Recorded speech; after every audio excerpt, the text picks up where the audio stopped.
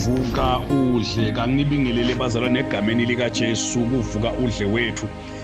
Sikhuluma ngemlandvo welibandla itolo sikubukeke kuhlushwa kwemaKristu ahlushwa ngemaJuda. Namhlanje sitawubuka kuhlushwa kwemaKristu ahlushwa ngemakhosi, kepha ke ngenxa yesikhathi sitawubuka emakhosi abe mabili kuphela.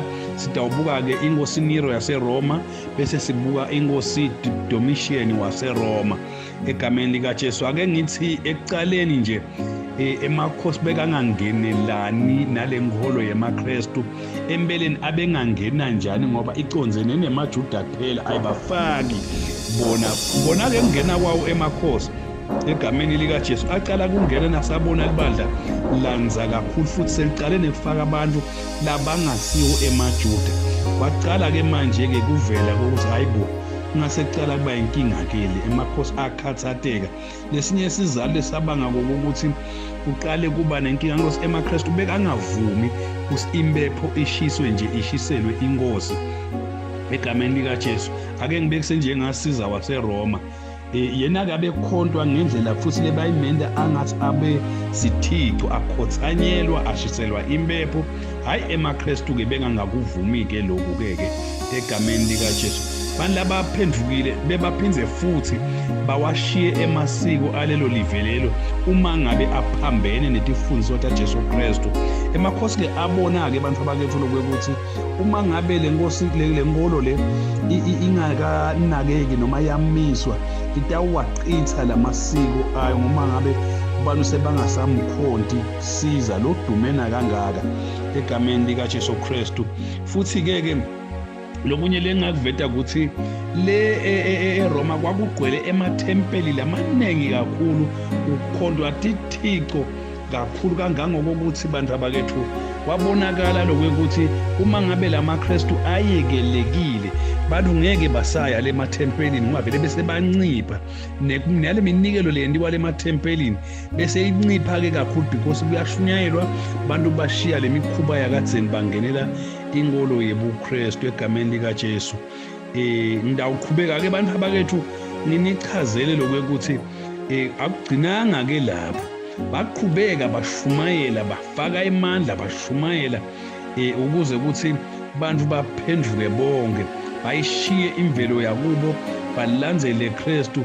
Lokwenda ke lokuthi emakhosi azi ayi uma ngabe ke kunjalo kutawubonakala ukuthi thina sitagcina vele silide kangoba kwaze kuba khona nje imfundiso lesetathi thina ngabe bantu nokwendeke nje indvo lembi noma kubene kuzamazama kwemhlaba noma kube nendlala somiso ini bese ke kuba nekhono nalokuye ukuthi lokho kubangwa ngokuthi abantu asakhonti kahle emadlode abasathi khonti kahle tithixo tabo sebesaba ke ukuthi ke kusho ukuthi ke vele livela botawubhubha uma ngabe abantu bashiya letithixo tabo bayawukhonda Jesu Kristu. Ake ngene enzabeni ya Nero bantu abakethu waba inkosi leyabusa nje only 4 years ngoba yaqala ngo-AD 64 iyafa nga-AD 68. It is only 4 years.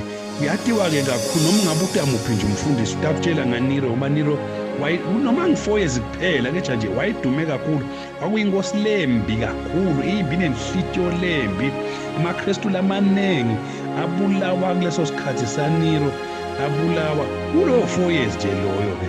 Ake ngichaze kaso bantu abakethu, kwasi ngenyanga yaJulayi ngeminyaka wa 64 noma ke that's AD 64 kwavela lembi ingoti edolobheni lase-Italy, edolobheni laseRoma bantu abakethu egameni lika Jesu. Kushothi nje le dolobha lasha kwaba nemlilo lomkhulu kwasha wonke kwasha nje dolobha kwasha nebantu, tindlu letinkulu kwasha tindlu letincane, kwaba ngumlilo nje lomubi longatholakali uqhamukaphi.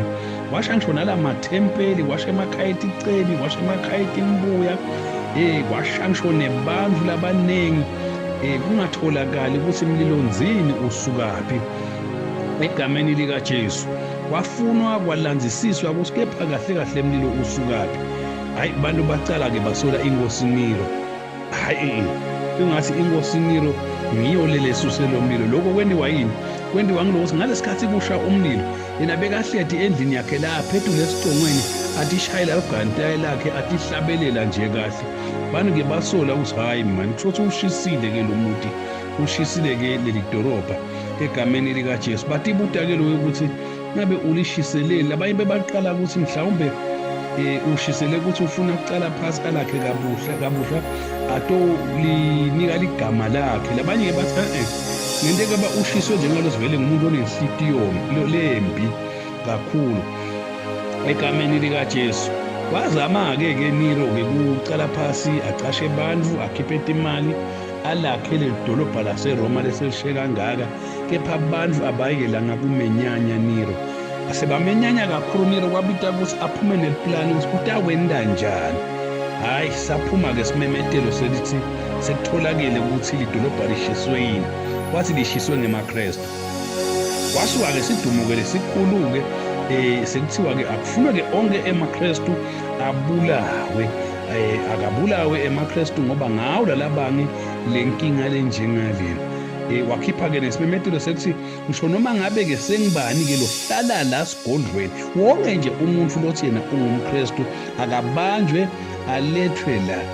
Wasowukhipha-ke lesinye isimemetelo sekuthi bonke laba la mbusweni wakhe sebamele ukuthi bamkhothamele yena, bamkhonte, bamlethele iminikelo, babuyele emva bayokhonta Thixo. Kepha nangabe bangavumi kwenda lokho ababulawe nabo, baboshwe babulawe.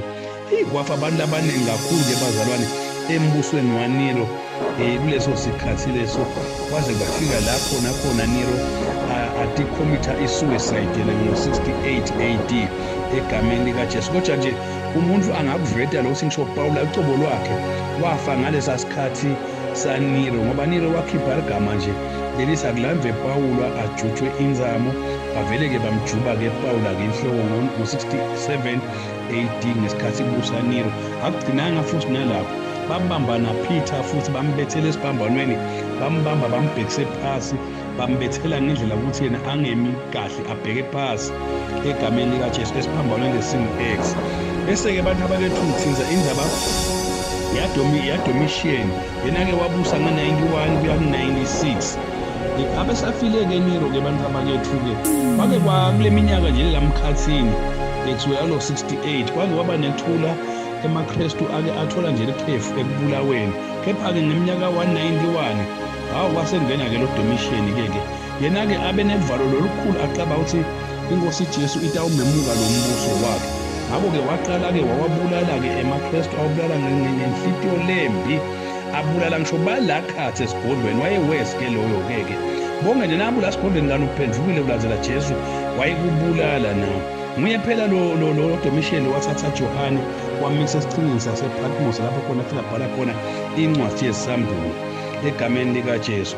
Wayenemkhuba lo mubi ukuthi-ke bonke labalatitshele ngesuthi ababulala bebabhala ku-list yakhe. Kwakunephepha leli alihlala ngicabase ekhikhini lakhe, lahlala libhaliwe nje ukuthi bani next, kwaze kwasi ngalenye ilanga lele umntwanakhe walintshontsha liphepha wagijima walinika indlovukati walinika unina nakathi uyabuka bathi ha lelami ligama lila kuleli phepha leli, athi uyabuka ngento asikhaza neligama letihlobo takhe. Wathi hayi bo, wahamba otshiya itihlobo takhe, wathi hey nani nikule list le tihlobo takhe. Bosibali baDomitian bambona iplani ukuthi no akabanjwe abulawe, bambulala-ke wafa ngeminyaka 196. Siyabonga abazalwane, sitawuqhubeka-ke egameni likaJesu nakusasa. Amen.